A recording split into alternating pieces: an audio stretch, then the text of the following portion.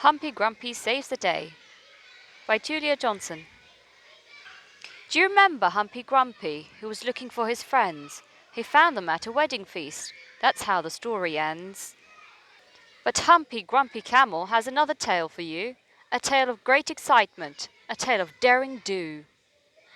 Perhaps you won't believe me. Perhaps you'll say, "Oh no, that really couldn't happen. That really can't be so." But when you see the headline, "Brave Camel Saves the Day," you'll know I wasn't joking. It's true, you'll gasp and say. A scuba diving camel is unlikely, I'll admit, but just hang on a moment, sit tight and wait a bit. Two little boys were playing by a wadi rock pool's brink, and Humpy, being thirsty, stopped to take a drink. Walking through the wadi this dry and sunny day, a wind blew up quite suddenly. The sky turned dull and grey. And without a moment's warning, the rain came pouring down. Bucket loads of water. Poor Humpy thought he'd drown.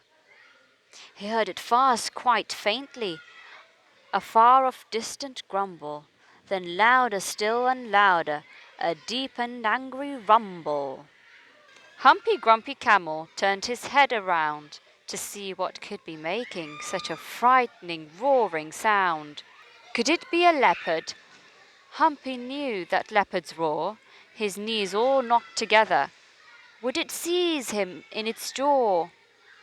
He quickly climbed the rocks as he heard a hoopoe shout, telling all the creatures, "Quick, quick, look out, get out! More fierce than a leopard, much bigger than a whale, no other monster like it, no head, no legs, no tail." Flinging stones before it, furious in its flight, looming ever nearer, the monster came in sight.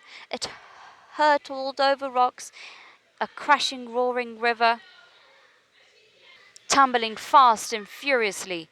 Humpy began to quiver. Over the water's roar, Humpy heard a cry, "Help, please someone, help, or my friend is going to die." Now Humpy was no coward. He was brave and he was strong. His feet were flat and sturdy. His neck and legs were long. He looked around the wadi and saw, hanging from a tree, a rubber mask and snorkel for diving in the sea.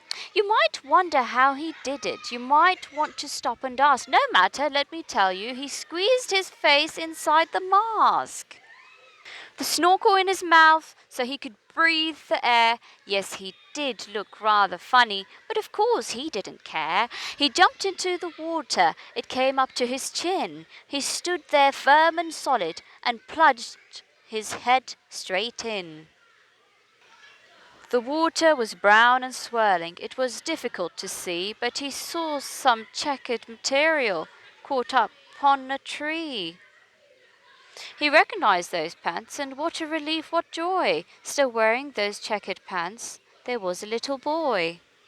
And as Humpy came out of the water, everyone shouted, "Hooray!" For a crowd had anxiously gathered to see Humpy save the day.